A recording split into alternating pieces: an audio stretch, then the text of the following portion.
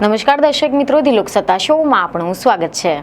Heart attack, હૃદય રોગ સંબંધિત બીમારીઓ કેટલી ખતરનાક હોય છે કે એક જ ઝાટકે તે કેટલાય લોકોના ભોગ લઈ લે છે।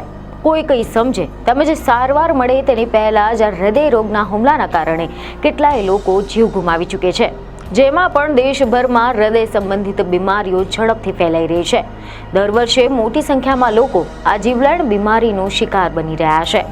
હૃદયની બીમારીઓના કારણે દર વર્ષે વધતી જતી સંખ્યાઓમાં લોકો પોતાનો જીવ ગુમાવી રહ્યા છે। વૃદ્ધોની સાથે સાથે યુવાન લોકોને પણ આ બીમારી ઝડપથી અસર કરી રહી છે।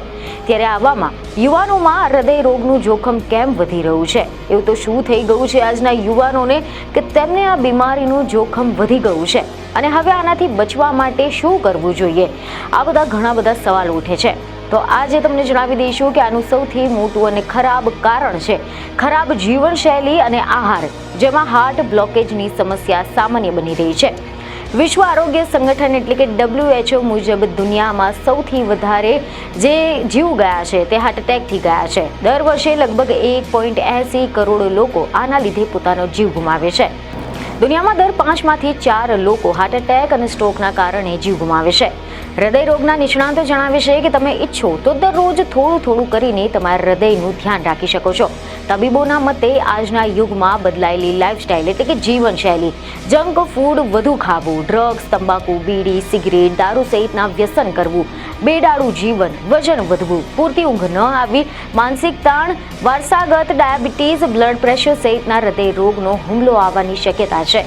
અને એવામાં વળી કેટલાક લોકોને આ હૃદય રોગના લક્ષણો અંગે તો જાણ જ હોતી નથી। જે તે વ્યક્તિના છાતીમાં દુખાવો થાય એટલે તેને તે વ્યક્તિ ગેસ અથવા તો એસિડિટી સમજતા હોય છે અને હોસ્પિટલ જવાનું ટાળતા હોય છે।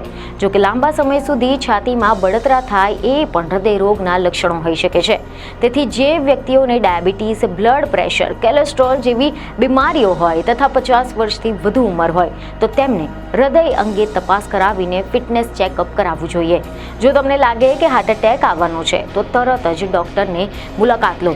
અહેવાલ એવા મળી રહ્યા છે કે તબીબોના જણાવ્યા પ્રમાણે હૃદય સુધી ઓક્સિજન પહોંચાડનાર જે લોહીનો પુરવઠો છે તે અટકી જાય ત્યારે હાર્ટ એટેક આવે છે અને આવામાં હૃદયના સ્નાયુઓમાં નુકસાન થઈ શકે છે અથવા તો તે કામ કરવાનું બંધ કરી શકે છે અને સમયસર તબીબી સારવાર ન મળે તો હૃદયને કાયમી નુકસાન થઈ શકે છે। હૃદયનો મોટો હિસ્સો આ રીતે અસરગ્રસ્ત થાય તો તેને ધબકારા બંધ પડી જાય છે, જેને કાર્ડિયક અરેસ્ટ એટલે કે હૃદય રોગનો હુમલો કહેવાય છે અને આનાથી વ્યક્તિનો જીવ પણ જઈ શકે છે। અહેવાલ એવા મળી રહ્યા છે કે હાર્ટ એટેકનું સૌથી મોટું કારણ એક કોરોનરી હૃદય રોગ છે। આવા રોગમાં એક તરલ પદાર્થ ધમનીઓમાં જામીને એકઠો થઈ જાય છે, જેનાથી ધમનીઓ સંકોચાઈ જાય છે અને રક્ત પ્રવાહમાં અવરોધ થવા લાગે છે। હાર્ટ એટેકના સમયે છાતીથી ખભા સુધીમાં દુખાવો અનુભવ થઈ શકે છે। હાર્ટ એટેક આવે ત્યારે તેના ઘણા બધા લક્ષણો જોવા મળે છે, પરંતુ છાતીનો દુખાવો તેનું સામાન્ય લક્ષણ છે। આ દુખાવો ઘણી વખત તીવ્ર નથી હોતો, પરંતુ છાતીના ભાગે ભારે દબાણ અને જકડાવ જેવો અનુભવ થતો હોય છે।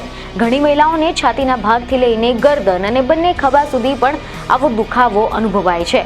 ડોક્ટરોના મતે હાર્ટ એટેકની શરૂઆત ઘણીવાર એસિડિટી જેવી હોય છે। જો કે એસિડિટીની તુલનામાં હાર્ટ એટેકમાં શરીરના બીજા અંગો જેવા કે ડાબા હાથ, જબડું, પીઠ અને પેટમાં પણ દુખાવો થઈ શકે છે। આ ઉપરાંત ચક્કર આવવા, માથું ફરવું, વધારે પડતો પરસેવો આવવો, શ્વાસ લેવામાં તકલીફ થતી આવી ઘણા બધા લક્ષણોનો પણ સમાવેશ થાય છે।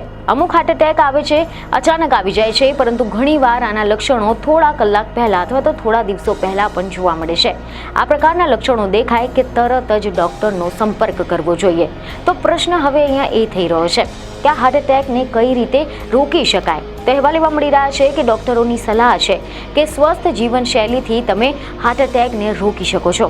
જેમ કે રોજ મોબાઈલમાં વ્યસ્ત રહેવાના બદલે 30 થી 45 મિનિટ સુધી ફાસ્ટ ચાલવું કે દોડવું અથવા તો સ્વિમિંગ સહિતની કસરતો કરવી અને આઉટડોર ગેમથી હૃદય સ્વસ્થ રાખી શકાય છે। યોગ્ય ખોરાક ખાવું, બહારનું જંક ફૂડ જે ખાવાનું છે તે ટાળવું જોઈએ, લીલા શાકભાજી કે અથવા તો ફળો ખાવા જોઈએ, પૂરતી ઊંઘ લેવી જોઈએ, વજનને પણ નિયંત્રણમાં રાખવું જોઈએ। ડાયાબિટીસ, બ્લડ પ્રેશર અને કોલેસ્ટ્રોલ હોય તો યોગ્ય તપાસ કરાવીને સારવાર કરાવવી જોઈએ। ફિટ હોય તે વ્યક્તિ હૃદય રોગનો હુમલો ટાળી શકે છે। આ સિવાય રોજના 6 ગ્રામથી વધારે મીઠું ન ખાવું જોઈએ। કારણ કે વધારે પડતું મીઠું ખાવાથી પણ બ્લડ પ્રેશર વધી શકે છે. નોકરી કે વ્યવસાયમાં થતા તણાવથી સજાગ રહીને તણાવથી દૂર રહેવાની કોશિશ કરવી જોઈએ. નિયમિત કસરત કરવી, મેડિટેશન કરવાનો આગ્રહ રાખવો જોઈએ. હૃદય રોગનો જે હુમલો આવે એની પહેલા તે વ્યક્તિ ચાલતા કે કામ કરતી વખતે છાતીમાં ભાર જેવું લાગે છે અને છાતીમાં દુખાવો થતો હોય છે. ચાલતા કે કામ કરતા સમયે શ્વાસ ચડવો, હાથમાં દુખાવો થવો, ગભરામણ થવું, અચાનક બેભાન થઈ જવું, પગમાં સોજો આવવો, આવા ઘણા બધા લક્ષણો જોવા મળે છે.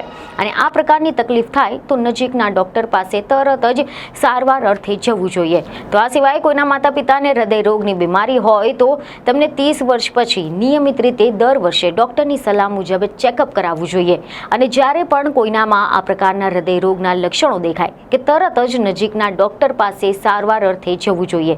કારણ કે જો સમયસર સારવાર મળી જાય તો દર્દીનો જીવ અથવા તો હૃદયને થતું નુકસાન પણ અચૂક રીતે અટકાવી શકાય છે તેવું તબીબોનું કહેવું છે. તો આ માહિતી અમે તમને ફક્ત નોલેજ માટે નથી આપી, પરંતુ એક ચેતવણી તરીકે આપી છે. તેથી અમારી નમ્ર વિનંતી છે કે તમે આ જાણકારીને ગંભીરતાથી લેશો. બીજને ખબરો સાથે ફરી મળીશું. ધન્યવાદ.